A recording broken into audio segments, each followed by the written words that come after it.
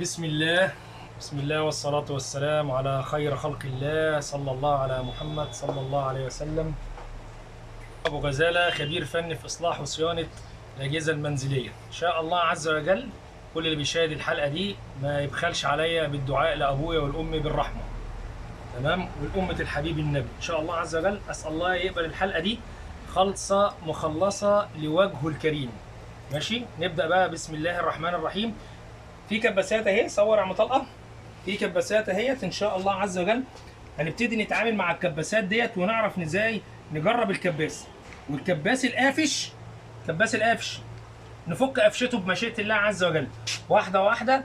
اتفكت خير وبركه، ما فكتش يبقى هنغير الكباس. بس اقول لك تفك القفشه ازاي. يلا بسم الله يا بركه، بسم الله.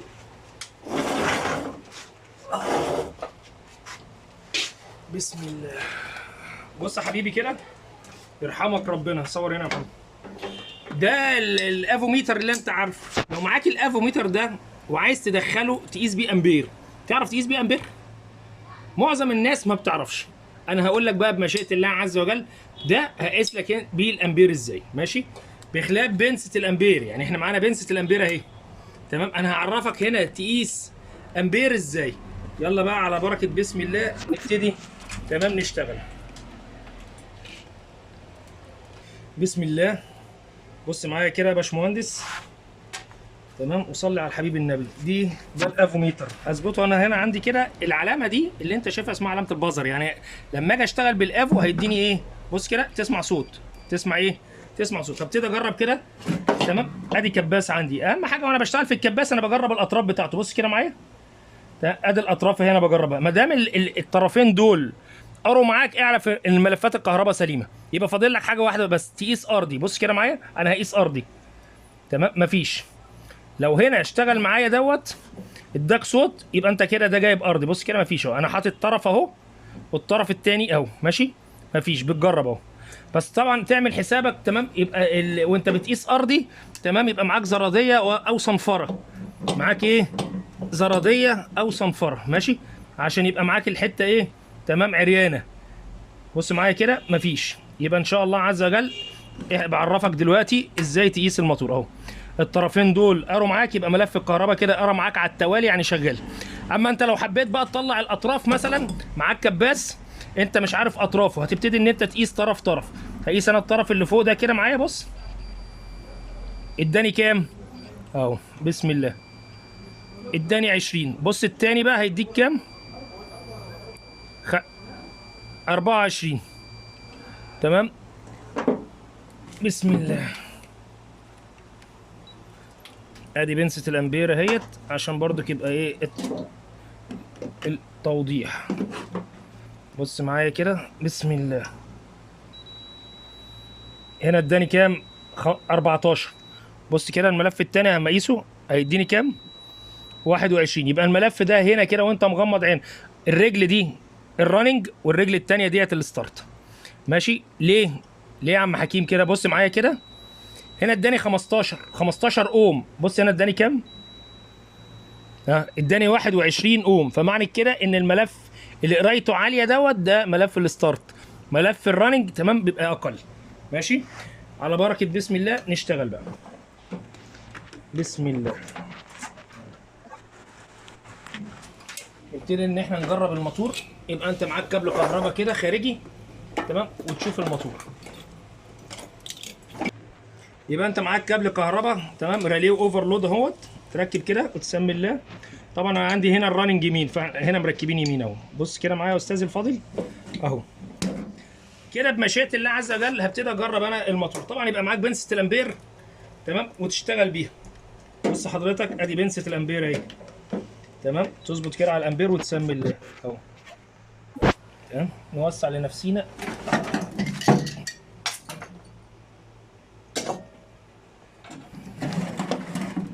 ادي الموتور اهوت، ونسمي الله ونصلي على الحبيب النبي صلى الله على محمد صلى الله عليه وسلم. ماشي، بسم الله. انا كده دلوقتي شغلت الموتور واخد منه اهو الامبير بتاعه. ابتدي اشوف السحب بتاعه اخباره ايه. ادي السحب اهو، السحب كويس. بص هنا بقى معايا ده الكبس. بص كده معايا، بص على الامبير.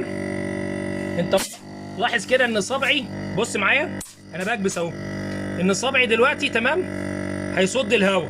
ها بص، المفروض ان الهواء هو اللي يزق. ده احنا بنقول عليه في الصنعه ده كباس مايع. الكبس بتاعه مايع، يعني ممكن يوقع الصنايعي في 60 داهيه. طب نعمل ايه في القصه دي؟ انا هوقف دلوقتي الفيديو وهجيب لك ترومبه الفاكيوم وهعرفك القصه دي. بسم الله. بص يا حبيب قلبي، العيب اللي انت بتشوفه ده عيب خبيث. خليك تشحن المكنه، تشحن التلاجة، وبعد ما تشحن التلاجة تلاقي التبريد مايع.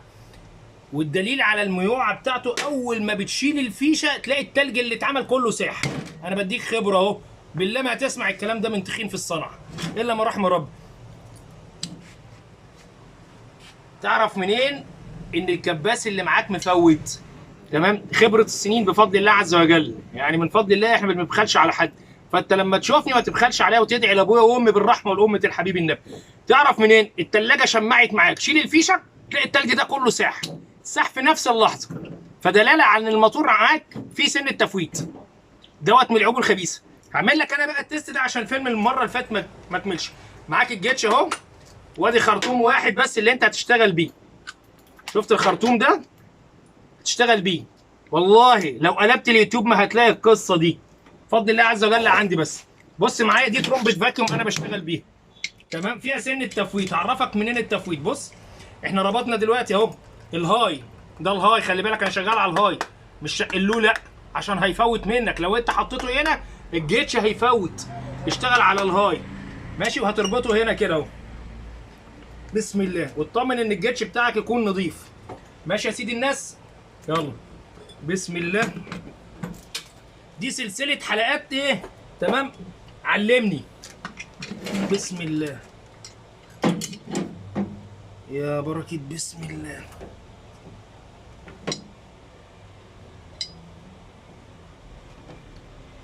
بص انا قافل الجيتش هنا، خلي بالك الجيتش مقفول اهو. الجيتش ايه؟ واقف على الصفر. قرب يا محمد تصوير. ماشي، اول ما اخش هتلاقي ده بيرفع معاك. يلا بسم الله كده. بص كده اللي حصل، شايف اهو اهو. افصل انا كده دلوقتي اهو. بص يا ابن الحلال بقى يرحمك ربنا، قرب لي يا محمد تصوير. بص دلوقتي الجيتش واقف اهو. في حاجه اسمها 5% تريح. في حاجه اسمها ايه؟ 5% تريح. يعني لو واقف على 400 هيفوت لك ايه؟ 5%. ملاحظ بقى الجيتش اللي بيحصل فيه دلوقتي. لو البستم اللي جوه بتاع الموتور ده سليم 100%، الجيتش مش هيطلع. بص كده، قرب يا محمد وعايزك تعمل زوم. بص كده الجيتش بيطلع سرقه، شايفه؟ شايف الجيتش بيطلع سرقه اهو. لاحظ كده الجيتش، تصوير واضح.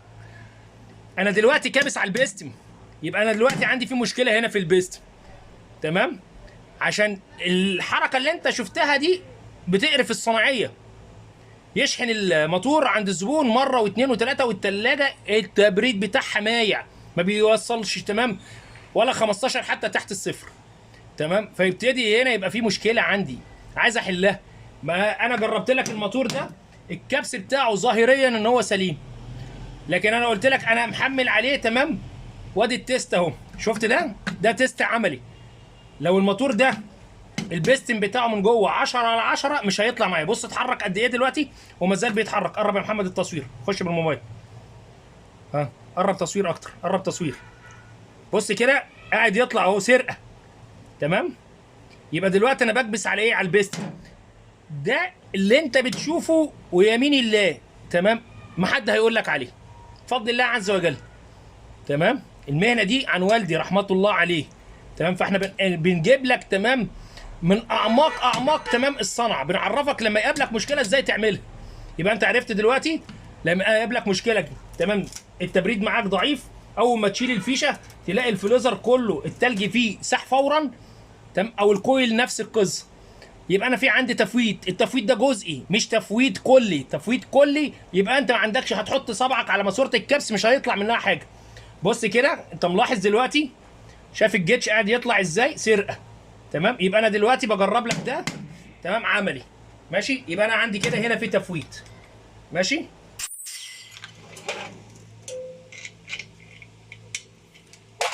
بسم الله. طبعا دي اسمها ترومبت فاكيوم عندنا في الصنعه، يعني دي في الصنعه اسمها ترومبت فاكيوم. احنا بيبقى عندك موتور كده ايه هشك بشك، تمام، فانت بتاخده تكبس بيه. ماشي، يبقى ده موتور تلت حصان بالمناسبه، ماشي، زانوسي.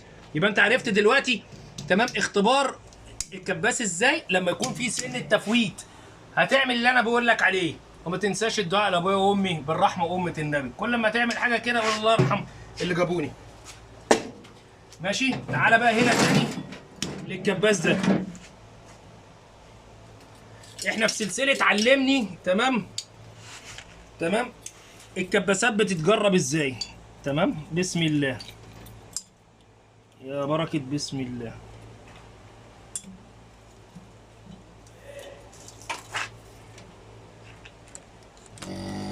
بص معايا كده، ده كباس اهو.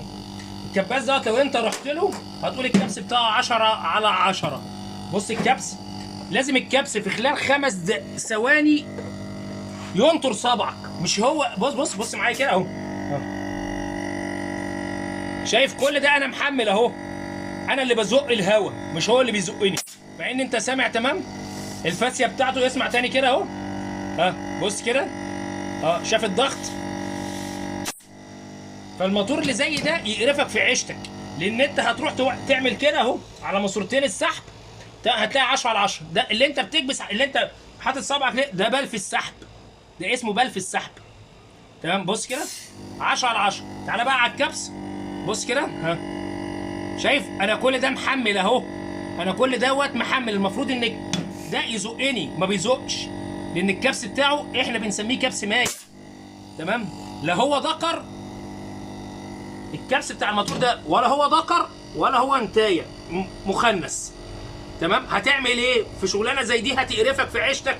هتركب هنا بلف، صور لي هنا يا محمد، هتركب هنا بلف وهتجيب الجيتش وتضغط عليه هتلاقيه يريح معاك. ماشي، يبقى دوت نوع من انواع ايه الاختبارات، تمام، في الكباسات الخبيثه. عيب زي دوت خبيث. نشوف بقى عيب تاني كده. تمام، بسم الله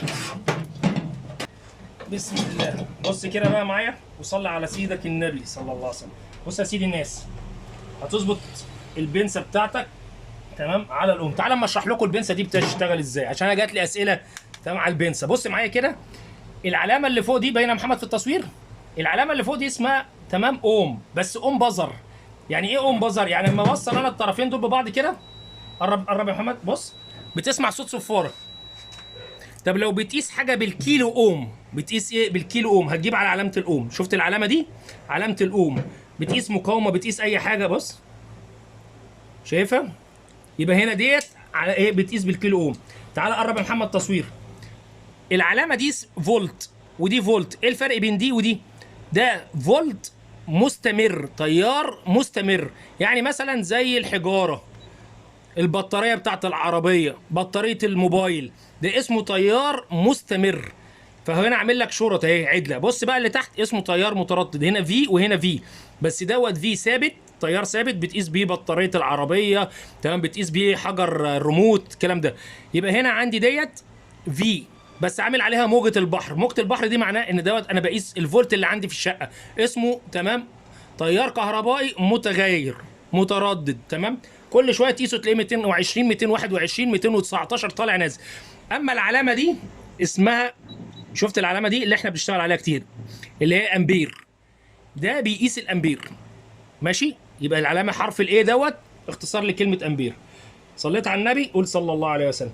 وطبعا دي يعني بنسى تمام سهله شويه. المفتاح اللي فيها ده بيثبت القرايه، يعني انت لو بتدوس كده اهو، بتدوس على ده بيثبت لك القرايه، عشان في حاجات بتبقى انت محتاجها لحظيه. صليت على النبي، قول صلى الله عليه وسلم. تعالى بقى نشوف الموتور الحلو ده كده. شفت الموتور ده؟ احنا هنقيس طبعا، احنا صناعيه دلوقتي فاهمين اول ما تخش هتعمل ايه. قيس الطرفين دول مع بعض كده زي ما انت شايف. بص على البنسه، بسم الله. بص كده،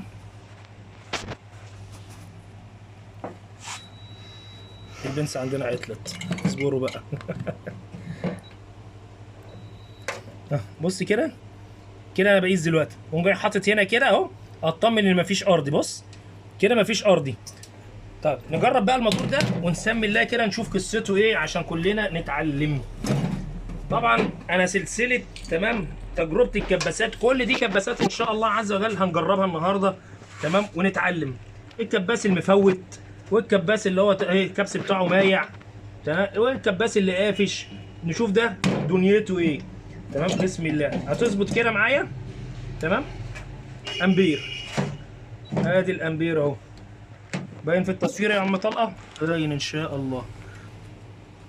ايه نجيبها كده شويه اهي كده كويس. بسم الله نجرب الموتور. بص على بنس الامبير كده، بص سحب قد ايه؟ 7 امبير. ده موتور قافش، ده موتور ايه؟ قافش. بص 7 امبير. تعالى بقى اعلمك تمام اجتهادا هتعمل ايه في المشوار ده. اشتغل خير وبركه، ما اشتغلش ده موتور قافش تجربه عملي ماشي، ما اشتغلش في 60 دقيقه هتجيب واحد غيره، بس برضك يبقى انت عملت ايه؟ ما في وسعك ماشي. ده مكثف بسم الله، ده مكثف 60 ميكروفراد، شايفه؟ ال 60 اهي. هتجرب بيه اللي انا هقول لك عليه ماشي. هتحط الطرفين دول هنا كده اهو. بص كده انا هشيل لك الاوفرلود، بص كده معايا، ده اهو طالع منه طرفين اهو، شايفه اهو في التصوير اهو اهو ماشي. هجيب لك الترميله دي جنب دي عشان ايه حضرتك شفت، ادي الترميلتين اهو، ومن هنا ترميلتين زيهم اهو. بص معايا كده، هتحط واحده هنا كده اهو بسم الله.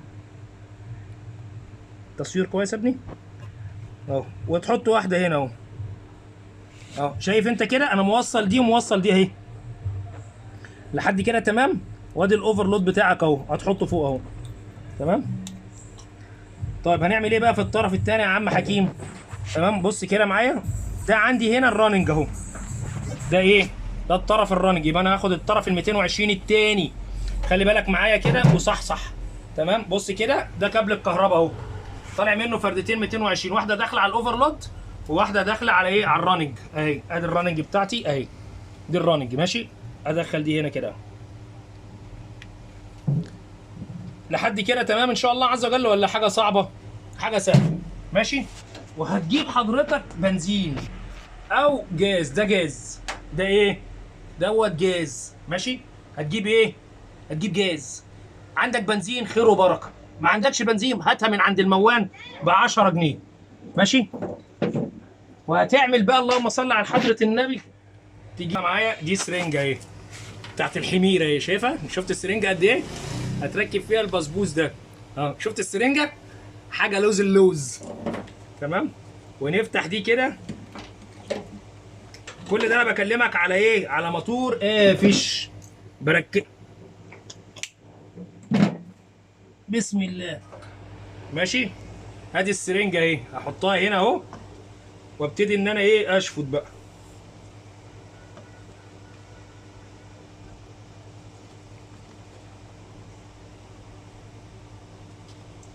طب اشفط قد ايه؟ قد ما ربنا يديك، على قد ما ربنا يديك اشفط. بص كده اهو، هحط انا بقى فين؟ بص معايا كده، احط السرنجه اهو تمام، وابتدي اكبس.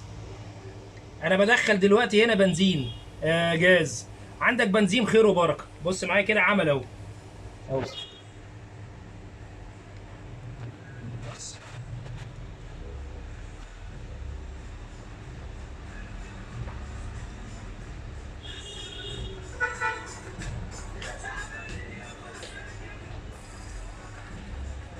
صليت على النبي. احنا بندخل جاز اهو، هنعمل تاني اهو.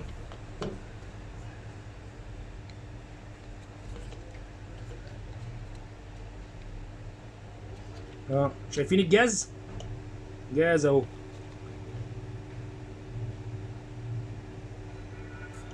شايف الجاز؟ ادي الجاز اهو.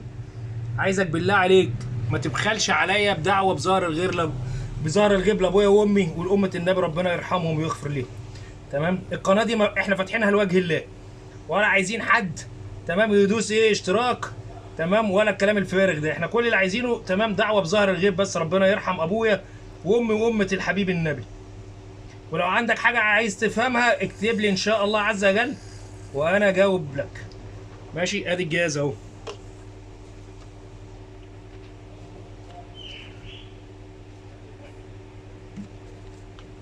وقف التصوير يا محمد. بصوا معايا بقى تمام. هفك انا السن كده عشان طبعا ايه نشفط اسرع.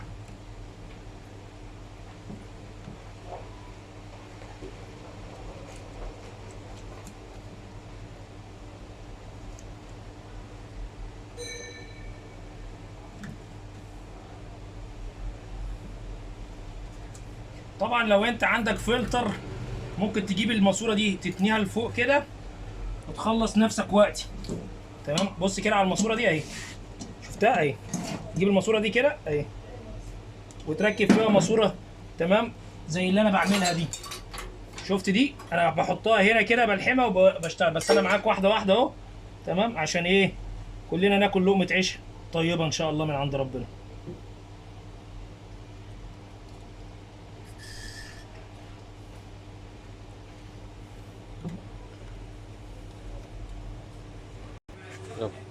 بص كده بقى معايا، بسم الله.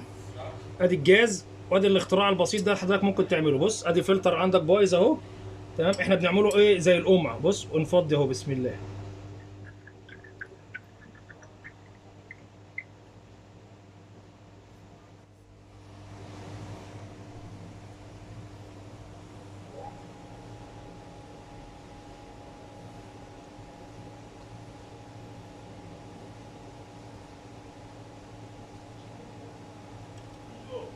انا كل ده بعبي جاز، ماشي. لو عندك بنزين ماشي.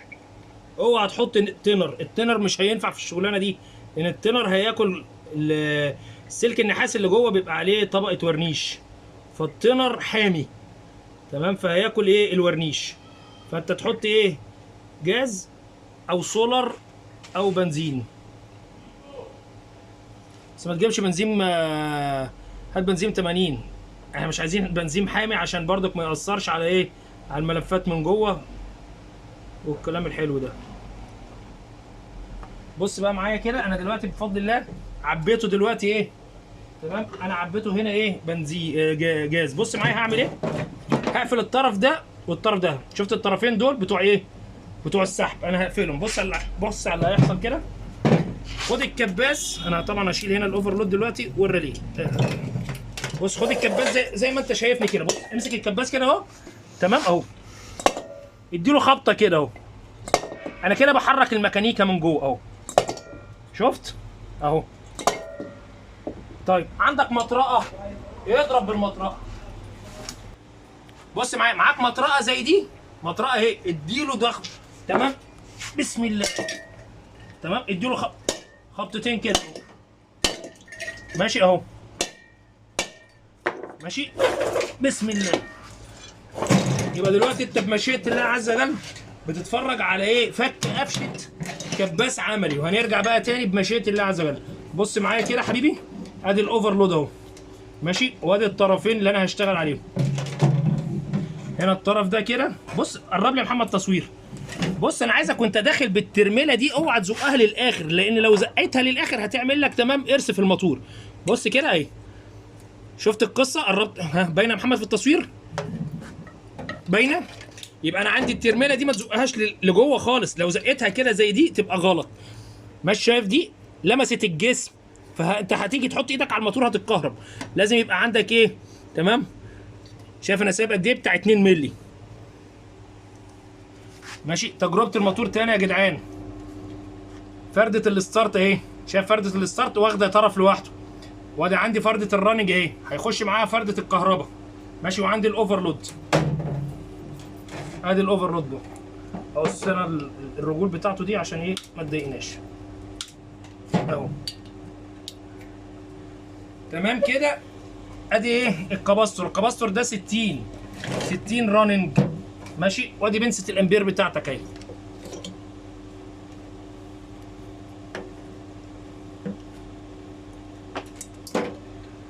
نظبط كده اهو، نفصل ونشغل. شايف انت بنسة الامبير اهيت، ادي بنسة الامبير اهي، وادي فيشة الكهرباء. احنا بنتكلم دلوقتي على فك قفشة موتور. نتكلم على ايه؟ ازاي تفك ايه؟ احنا كده بنتفرج ازاي تفك القفشه بتاعت الموتور، ماشي. بسم الله. بص كده الموتور قفش، الموتور قفش اهو، ماشي، محلش، تمام. انا بعلمك ازاي ان انت تحاول في فك قفشه موتور. طبعا تبقى تفرغ دول عشان ما يفرغوش ايه في سعادتك ولا حاجه. ماشي زي ما هو كده، وتجيب المطرقه تاني اديله ايه خبطتين كده وتجرب تاني. فك معاك القفشه والله خير وبركه، ما فكش يبقى تجيب كباس جديد. بص كده واخد 8 ما فكش. تمام نفك احنا الكباستور اهو.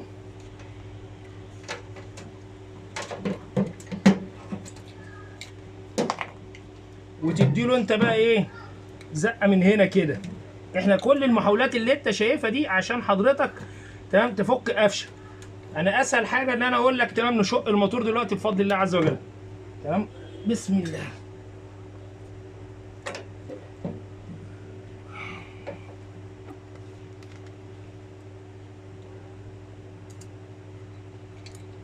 بص كده بجرب الموتور اهو.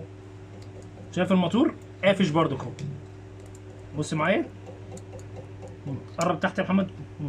فصل اوفرلود فصل. يبقى انت كل المحاولات اللي انا بعملها دي عشان افك القفشه.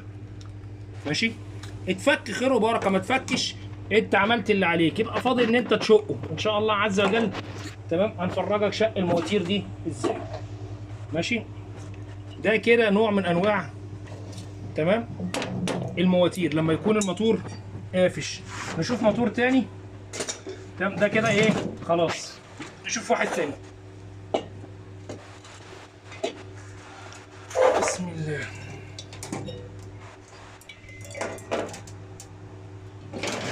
ده قرب كده يا محمد. قرب يا ابني. بص يا سيدي الناس، الموتور اللي انت شايفه ده صور هنا يا محمد، صور هنا ووضح لي دي. شايف ديت دي مكتوب عليها فاير، علامه يعني نار. ده بيقول لك ار 600. انزل وقرب هنا يا محمد، قرب هاتها ار 600 اهي. شفت الار 600 ده بيقول لك ان هو بتشحن ار 600. ماشي دي حاجه. الحاجه الثانيه، هل الموتور ده انفرتر ولا موتور عادي؟ تعالى كده افهمك بقى الموتور الانفرتر. بص معايا كده ها، قرب تصوير يا محمد، ثواني عليا. بص يا سيدي الناس كده هنقرا الداتا بتاعت الموتور. بص هنا قرب يا محمد، مكتوب هنا عندي ايه؟ الموتور ده بيشتغل من 220 ل 240 فولت، بيشتغل على كهرباء اي سي، تيار ايه متغير. بص هنا قرب يا محمد على 50 هرتز دي، قرب عليها انا عايزها تبان قوي. شفت ال 50 هرتز ديت؟ ده معناته تمام ان ده بيشتغل معايا على تيار 220 تمام، تيار متغير. طب لو حط لي هنا بقى جنب ال 50 دي، ركز معاها، حط لك جنبها 30 50 و30، اعرف ان انت شغال مع موتور انفرتر. موتور ايه؟ الانفرتر. وان شاء الله عز وجل هعمل لكم حلقه تمام كامله على الموتور الانفرتر. يبقى الموتور الانفرتر وانت شغال تمام هتلاقي الموتور الجديد وانت بتشتريه كاتب لك هنا من 50 ل 30 الهرتز بتاعه. طب ايه القصه فيها ايه؟ القصه ان الموتور الانفرتر، القصه ان الموتور الانفرتر عندي تمام بيعتمد على حاجتين. الحاجه الاولى ان هو بيخفض لي التردد ال 50 دي، ال 50 هرتز دي في بلدان تانية بتشتغل 60 هرتز زي الخليج، بيخلي لي ال 50 هرتز. احنا بنتكلم عن جمهوريه مصر العربيه. ال 50 هرتز دي كل ما هو بيقل بيها تمام بيحافظ لي على حاجتين. انا بتكلم عن الموتور الانفرتر عشان بس محدش ايه يتوه مني. بيحافظ لي على الحاجتين، يحافظ لي على الفولت ويحافظ لي على التردد عشان العزم.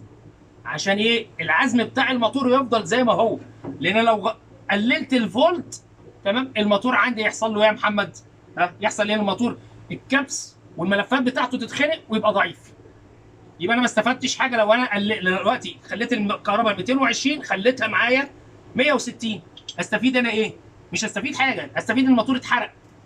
لان الموتور العزم بتاعه والملفات من جوه معموله ان هي تشتغل اخرها معايا مثلا على 190 فولت 200 فولت.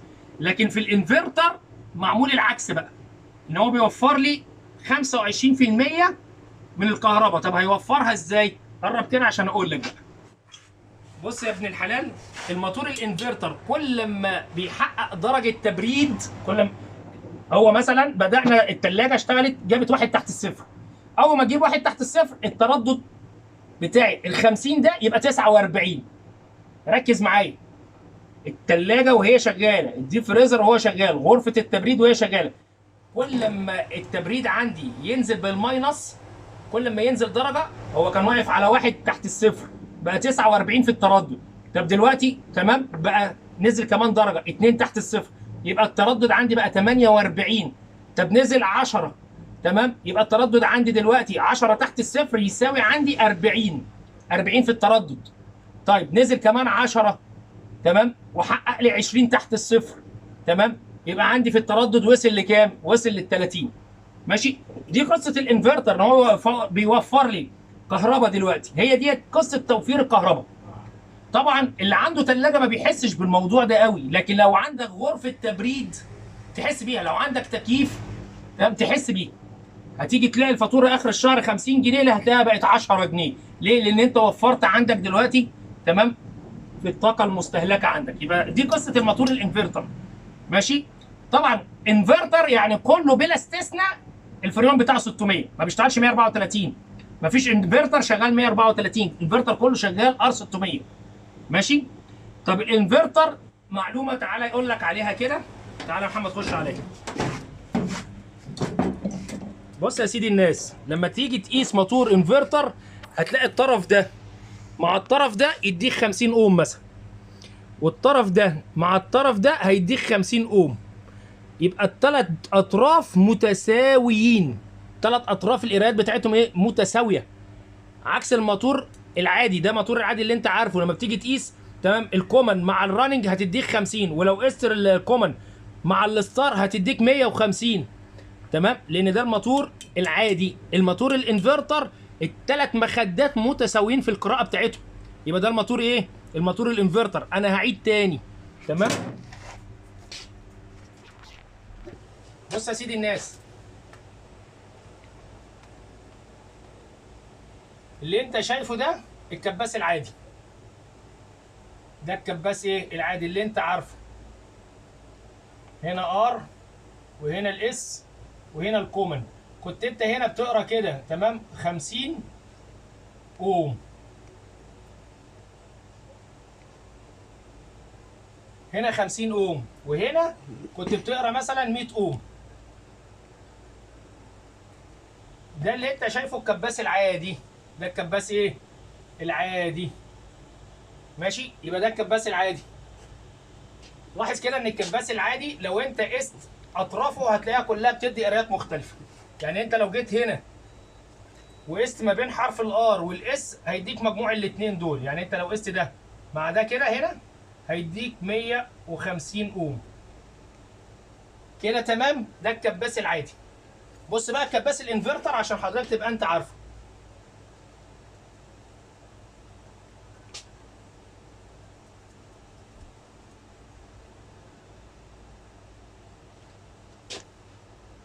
بص بقى الكباس العادي وركز فيه وصلي على سيدك النبي.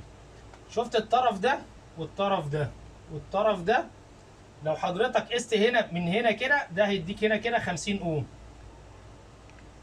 هنا يديك ايه؟ 50 اوم، وهنا زيه كده تمام هيديك ايه؟ 50 اوم. ماشي؟ يبقى ده هيديك ايه؟ الملف ده كده 50 اوم، والملف ده زيه 50 اوم. الاقطاب دي متساويه، المخدات زي بعضيها. ده الموتور الانفرتر عشان ما تيجي تقيسه. ماشي؟ طيب الموتور الانفرتر الثلاث اطراف اللي داخلين عليهم الكهرباء دول، هنا دي فازه ودي فازه ودي فازه. هنا دي كده فازه اهي، فازه، وهنا دي فازه ودي فازه. دي عندي كده 3 فازات اهو. لو انت قلبت اي واحده مكان الثانيه هيشتغل معاك، لان انا عندي في الموتور الانفرتر مفيش فيه راننج ولا ستار، مفيش فيه ملفات تقويم ولا ملفات تشغيل. يبقى انا عندي الموتور الانفرتر مفيش فيه ستارت وراننج. ماشي؟ الثلاث ملفات 3 مخدات بيقروا زي بعضيهم. يبقى دلوقتي ال3 فازات اللي جايين لي من فوق لو حطيت اي طرف هيشتغل معاك. ماشي؟ نرجع بقى تاني ونكمل تمام تجربتنا في الكباسات. بص معايا، دي سلسله تمام تجربه الكباسات. خلي بالك انا لسه لحد دلوقتي ما قلتلكش ده هنخش عليه ازاي تمام ونقيس. بص معايا كده، بسم الله. بص ده قرا هنا تمام، ده كده ايه اهو، شايف القرايه ده شغال كده. بص كده قيس انا المخده دي والمخده دي، قرا معايا، قيس الاتنين مع بعض شغال. نبتدي نخش على الموتور ده ونجرب ونشوف قصته. بسم الله.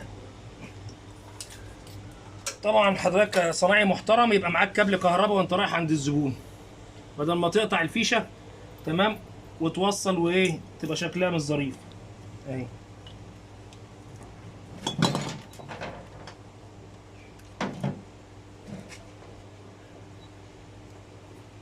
بسم الله. ده موتور قافش، شفتوا ملفاته تمام سليمه، الملفات بتاعته ايه احنا قريناها دلوقتي سليمه، لكن هو ما اشتغلش. تعال لما نعمل بقى التجربه بتاعتنا الحلوه دي تمام. ادي الكباستور اهو تمام، ونديله ايه ونشوف هيقوم معايا ولا مش هيقوم.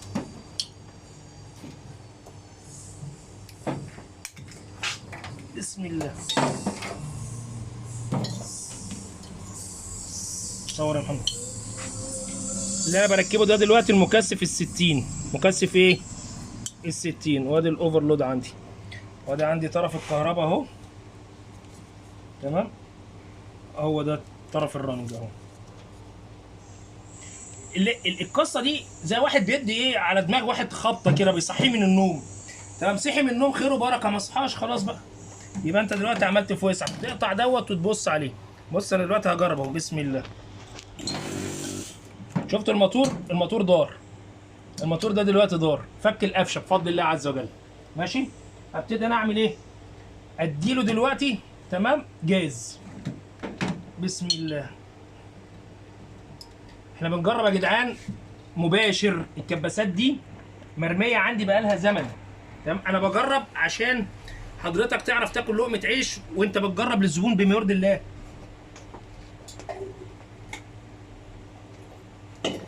بص معايا كده، الموتور ده بسم الله في جاز، انا هفضي الجاز هنا اهو كله تمام عشان نشتغل بيه.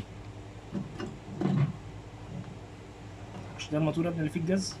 بص كده انا ركبت هنا خرطوم تمام في خط السحب عشان حضرتك تنفخ وتنزل الجاز. بص انا هفرجكم دلوقتي انا هفرغ الجاز ازاي.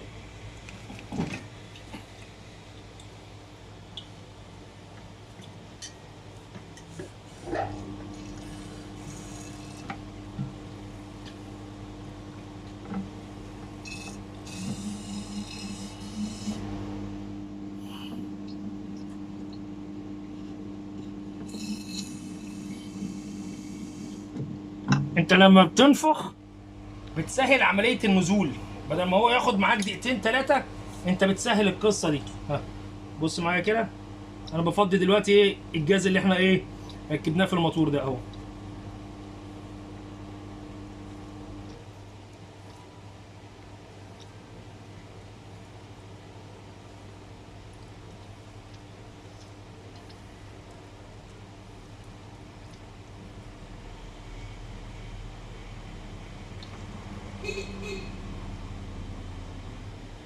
بسم الله. هبتدي بقى ناخد الجاز ده هنا، عايزين ندخله هنا بفضل الله عز وجل على السحب. ماشي،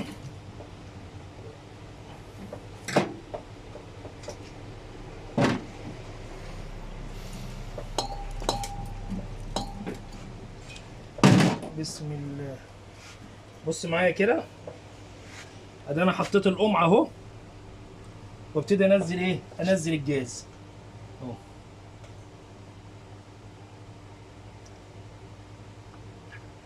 طبعا وانت بتعمل القصه دي لازم يبقى فرده السحب، صور هنا يا محمد، فرده السحب اللي هنا مفتوحه، لو فرده السحب دي مش مفتوحه مش هياخد منك جاز. ماشي، انت عارف الموتور الانفرتر تمام هما فردتين بس، سحب وطرد، فبتبقى انت عايز تغير له الزيت ما تعرفش تغير له الزيت.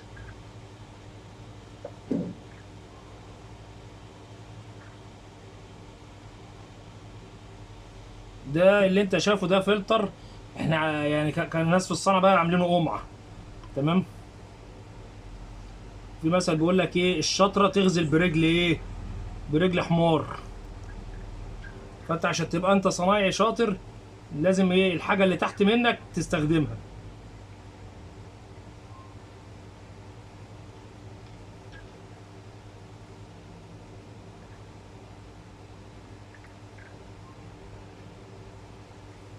طبعا بعد ما اخلص الجاز لازم تقلب الموتور شمال ويمين عشان تغسله، عشان هو قافش. الزيت الجاز ده بيخش يعمل عمليه احلال، لو البستم عليه شويه وساخه ولا حاجه يحل.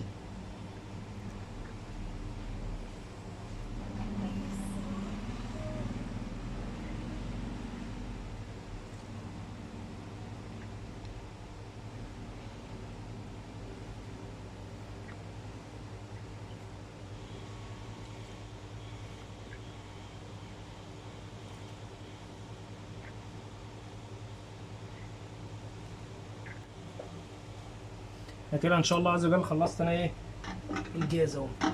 تمسك بقى حضرتك الموتور ده كده اهو زي ما انت شايفه كده اهو، تمسكه كده اهو وتقفل الاتنين السحب. تقفل ايه الاتنين السحب وترجه. شايف انا برجه ازاي؟ ترجه كده عشان الجاز يتغلغل جوه في قلب الميكانيكا. ماشي؟ شايف انا بعمل ايه؟ تعمل زي ما بعمل كده. تمام؟ عشان الجاز يخش في قلب الميكانيكا فيتحرك. ماشي؟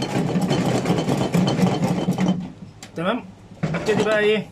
اسمي الله واشغل.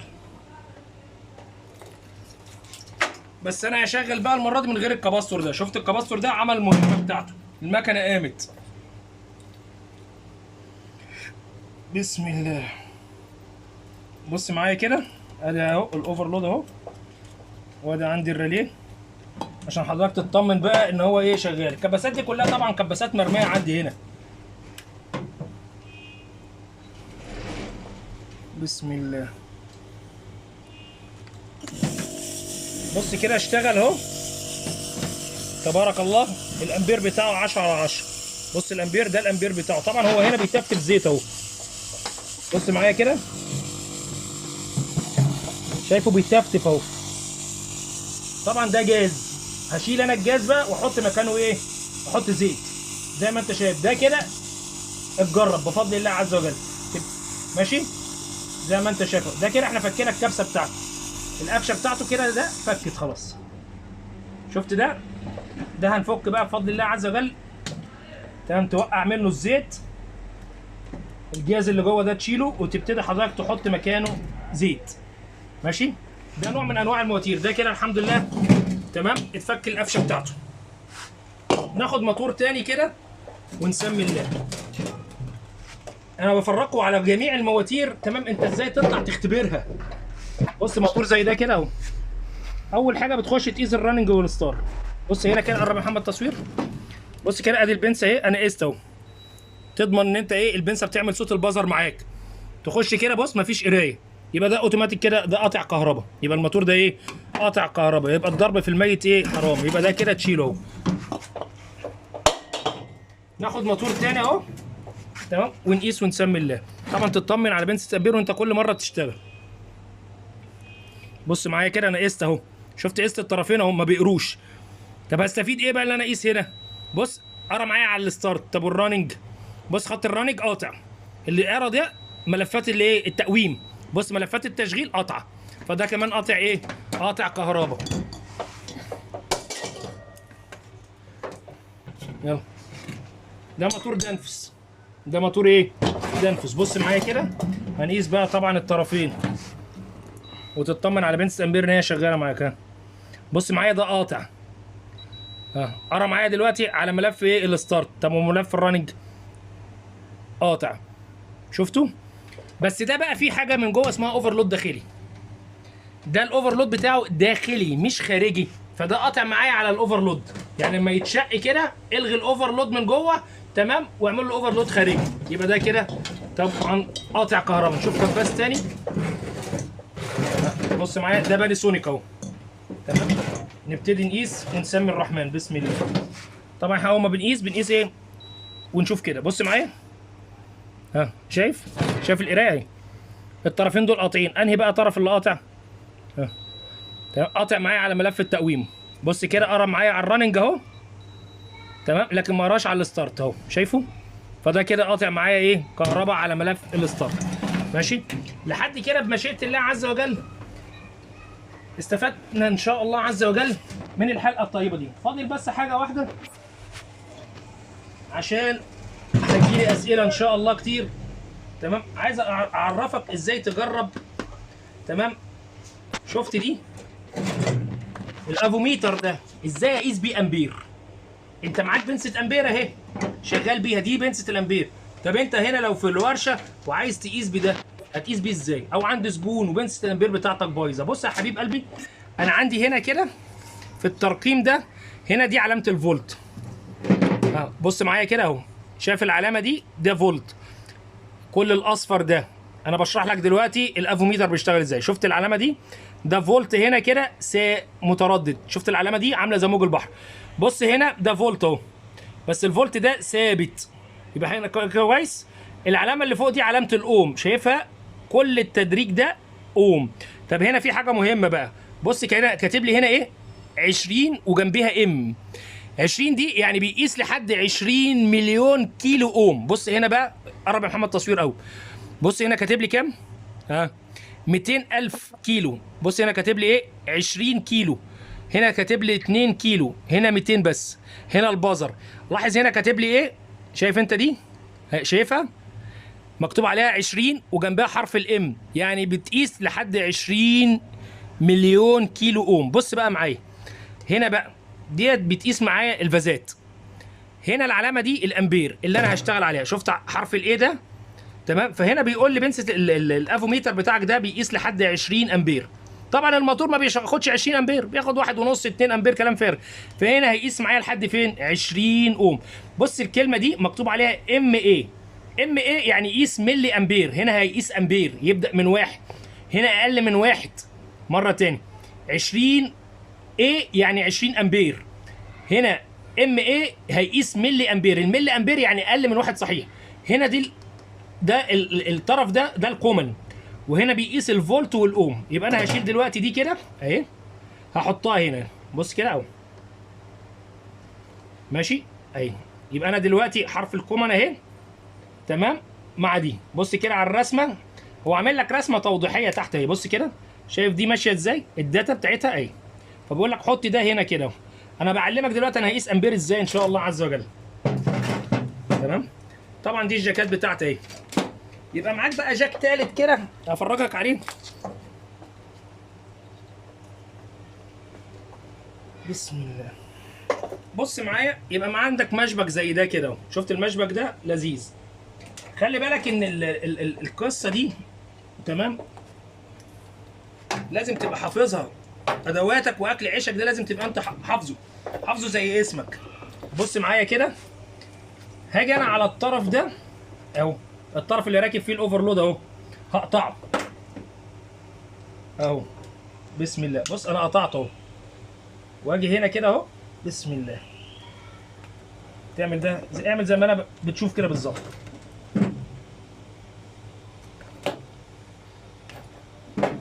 شفت انا قطعت الطرف اهو. ده الطرف ده كان ماشي عدل، انا قطعته ماشي. وحضرتك بقى هتجيب الجاكات بتاعتك اهي. شفت الجاكات؟ تمام، الجاكات اهو. هتلف ده كده هنا اهو اهو، ماشي. والطرف الثاني بتاع الكهرباء اهو اهو. انا بعرفك لو انت معكش بنسة امبير واتزنقت عايز تقيس امبير هتقيس ازاي. بص كده اهو. شفت دلوقتي انا لفيت هنا اهو، ده الجاك الاولاني انا لفيت عليه. كهرباء هتمر هنا في جوه، تمام، هتمر فين؟ جوه، وتطلع لي، تمام، ان شاء الله عز وجل من الناحيه الثانيه اهي. شفتها اهي. هبتدي بقى افرجكم عملي ان شاء الله عز وجل. ادي عندي الاوفرلود اهو راكب، وادي عندي، تمام، الراليه اهو. لو حبذا عندك شريط لحام اديله شريط لحام عشان ما يلمس في حاجه فيأذيك اهو. بص كده اهو. ادي انا قفلت ده دلوقتي، وهقفل ده التاني كمان اهو. ماشي، انا قفلت اهو. ماشي. هبتدي افتح بنسة الامبير، افتح الافو بتاعي كده ان شاء الله عز وجل. ده جاهز دلوقتي للشغل. ماشي. حاجه مهمه قوي، اطمن ان انت هنا ده الامبير بتاعك اهو، اطمن ان انت واقف صح، واقف على ال20. ماشي. احنا واقفين هنا كام؟ على ال20 اهو. ماشي. ده هنا عندي شايفه كده 2 ملي امبير اهو. بصوا كده يا جدعان، دي مكتوب عليها 2 ملي امبير، هنا مكتوب 200 ملي امبير، هنا مكتوب عندي 20، وهنا مكتوب عندي 20، وهنا 200، وهنا برضك 2. انا واقف على فين؟ على ال20. ماشي. اسمي الله كده واشغل واشوف الدنيا فيها ايه. تمام. بسم الله.